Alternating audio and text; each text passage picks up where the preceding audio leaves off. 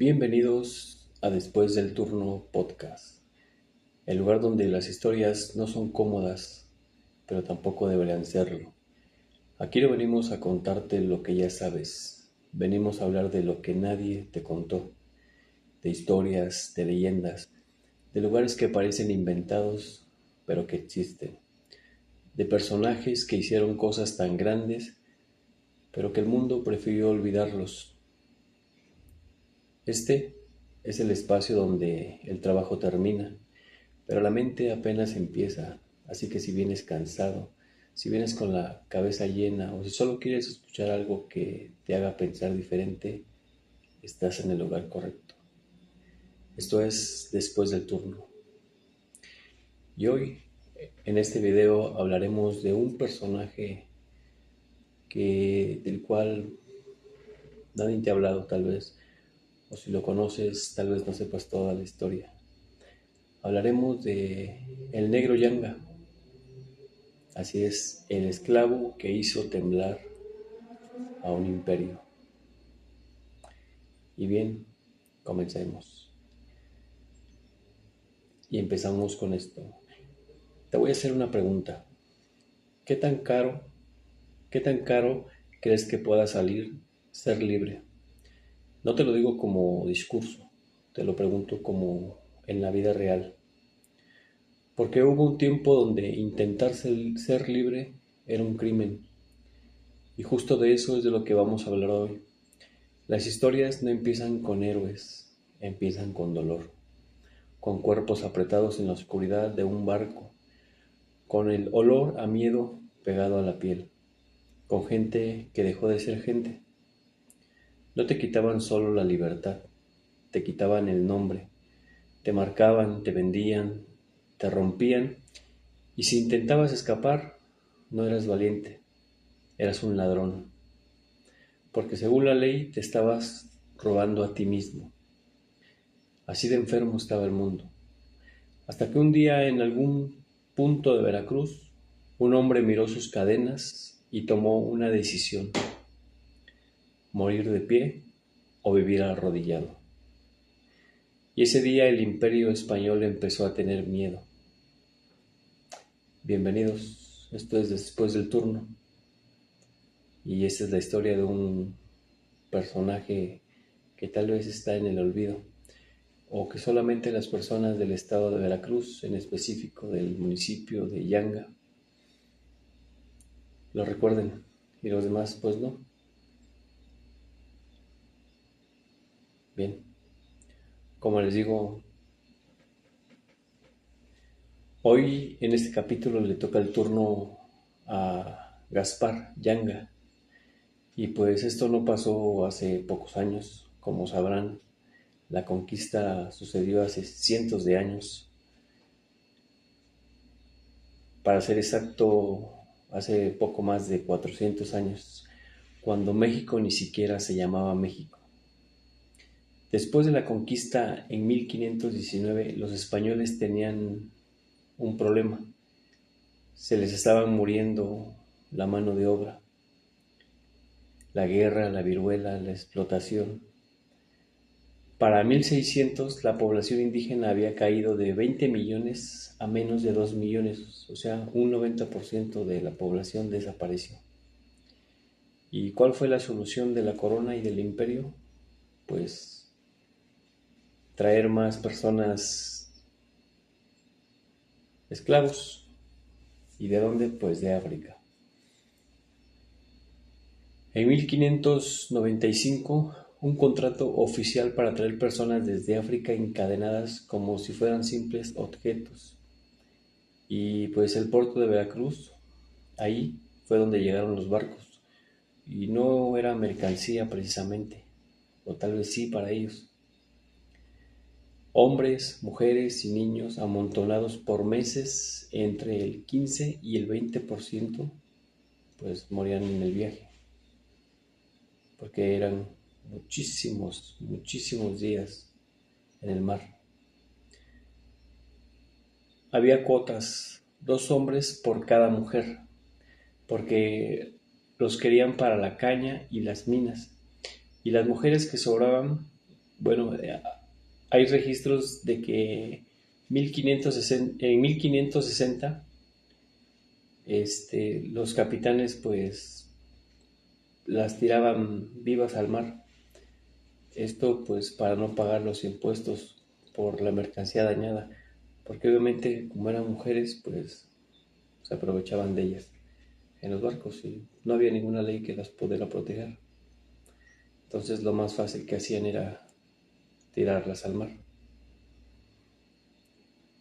En ese tiempo tu vida valía menos que la vida de un caballo. Un esclavo, 200 pesos. Un caballo, 500. Y estamos hablando de pesos, me refiero a la moneda de ese entonces, no que exactamente le decían pesos. No tengo el dato exacto, pero esa era más o menos la cantidad. Pero si tú huías, no eras libre, ya eras de alguien más, eras una propiedad. Las leyes nuevas de 1542 lo dejaban claro. Huir era robar. Pero hay algo que ningún sistema entiende. Hay gente que no nació para obedecer. Alrededor de 1570 llegó a Veracruz un hombre llamado Gaspar Yanga. Las crónicas de ese entonces dicen que venía de una familia real de Gabón.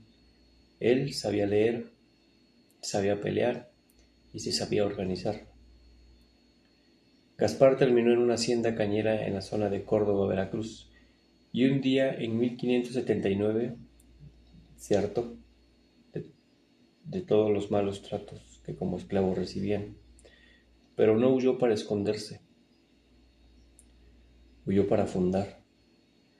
Se internó en la sierra de Songolica y poco a poco otros lo siguieron, igualmente que él, gente cansada, gente rota, gente que prefirió comer raíces antes de seguir siendo la propiedad de alguien más. Y así nació un Palenque, un pueblo fortificado de cimarrones, así les llamaban, un lugar donde por primera vez en años no eran esclavos. Pero la libertad tiene precio. Para sobrevivir empezaron a atacar el camino real de Veracruz, lo que es la Ciudad de México.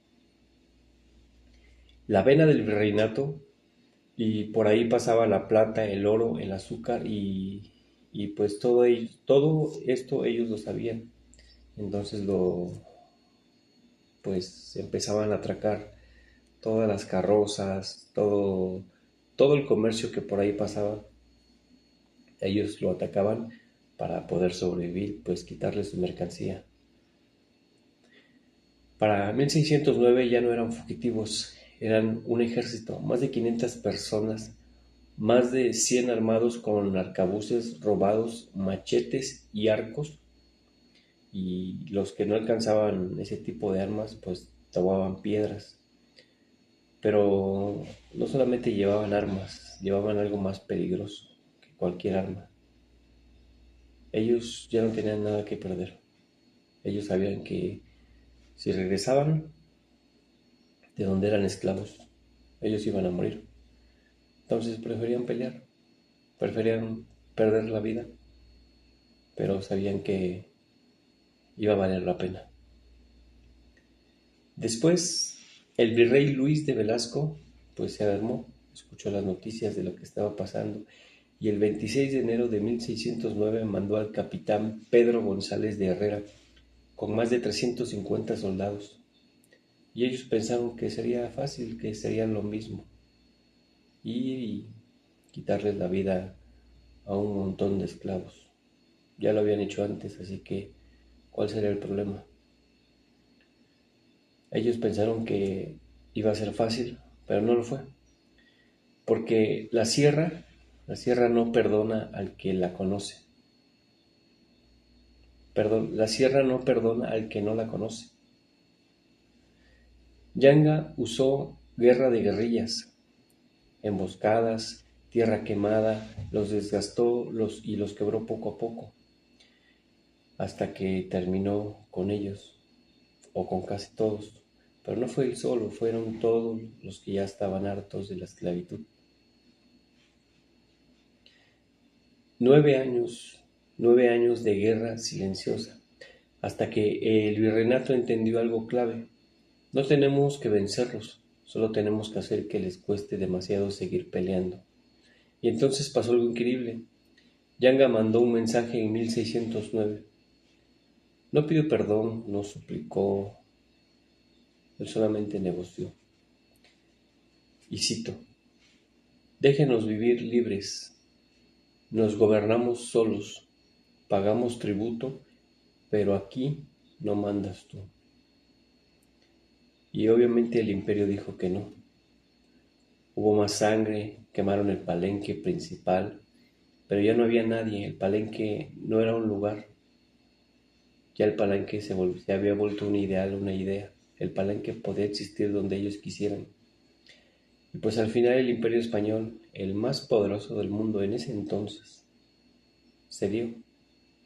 Y para el 3 de octubre de 1618, bajo el virrey Diego Fernández de Córdoba, se firmó la libertad. Y así nació San Lorenzo de los Negros. Hoy se le conoce como Yanga, Veracruz. El primer pueblo libre de América, reconocido por la corona 150 años antes que Haití, 200 años antes de que México fuera independiente. Pero no fue un cuento bonito. La libertad venía con condiciones.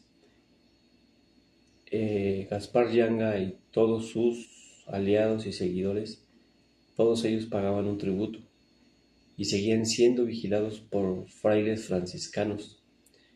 Ellos tenían que ayudar a capturar a otros esclavos fugitivos. Muchos volvieron a endeudarse en las haciendas. Se pusieron otra cadena. Tal vez no había metales ni grilletes en sus pies, pero a fin de cuentas había algo que los detenía, una deuda. Así como ahora. Y la corona no olvidó. Descuartizó a líderes cimarrones y colgó sus partes en el camino Veracruz, México, para dejar claro algo: no lo vuelvan a intentar. Pero ya era tarde, porque cuando un esclavo descubre que su amo también sangra, deja de verlo como Dios.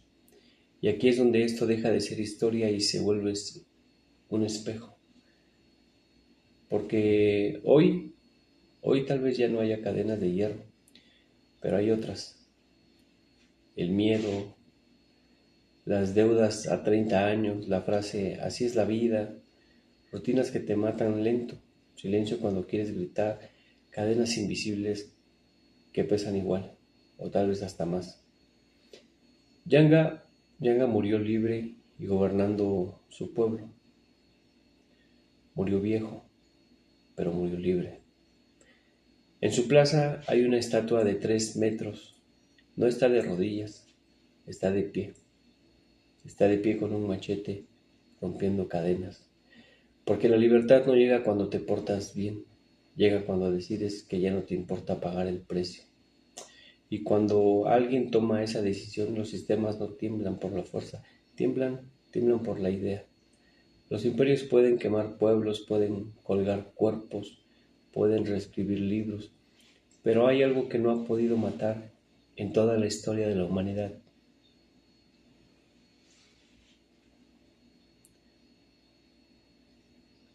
La maldita idea de que si se les puede enfrentar, eso no se puede matar. Así que la pregunta ya no es sobre Yanga, la pregunta es sobre ti. ¿Qué cadena tuya ya se está oxidando? ¿Y cuándo vas a decidir romperla? Yanga no tenía garantías, no tenía futuro, no tenía permiso, solo tenía algo que el imperio no supo medir. Él tenía decisión. Porque la libertad no es un regalo, no es un derecho que alguien te concede. Es una ruptura. Es el momento exacto en el que dejas de pedir permiso para existir. Y sí, el precio es alto. Siempre lo ha sido. Dolor, pérdida, soledad. Pero hay algo más caro que eso. y eso es quedarte donde sabes que no eres libre. Yanga no cambió el mundo porque ganara una guerra, lo cambió porque demostró que se podía empezar, y eso es más peligroso que cualquier revolución, porque cuando una persona rompe sus cadenas no libera a uno, le da permiso a otros. Y desde entonces cada sistema injusto carga con el mismo miedo, que alguien más decida no obedecer. Tienen el miedo de que otro Gaspar Yanga renazca. Así que esta historia nunca fue solamente sobre Yanga, es sobre todos los que en algún punto han sentido que algo dentro de ellos ya no encaja, que su vida no les pertenece, que están viviendo arrodillados sin darse cuenta. Y entonces la pregunta ya no es histórica, es personal. ¿Qué cadena ya no puedes seguir cargando? ¿Qué tan caro estás dispuesto a pagar para romperla? Y pues al final te das cuenta de algo bien simple. Las historias no están tan lejos como creemos. No son de antes, no son de otros. Son más parecidas a nosotros de lo que nos gusta aceptar. Porque cambian los tiempos, pero no las decisiones. Esto fue después del turno. Vienes a relajarte y sales pensando de más. Cuídate y nos escuchamos en el siguiente turno. Si este video te gustó, entonces ha valido la pena. Dale like, comparte, déjame tu comentario para saber si ya conocías esta historia. Y si tienes algún otro dato de Gaspar Yanga, cuéntalo. Sería bueno saberlo. Buenos días, buenas tardes y buenas noches. Después del turno.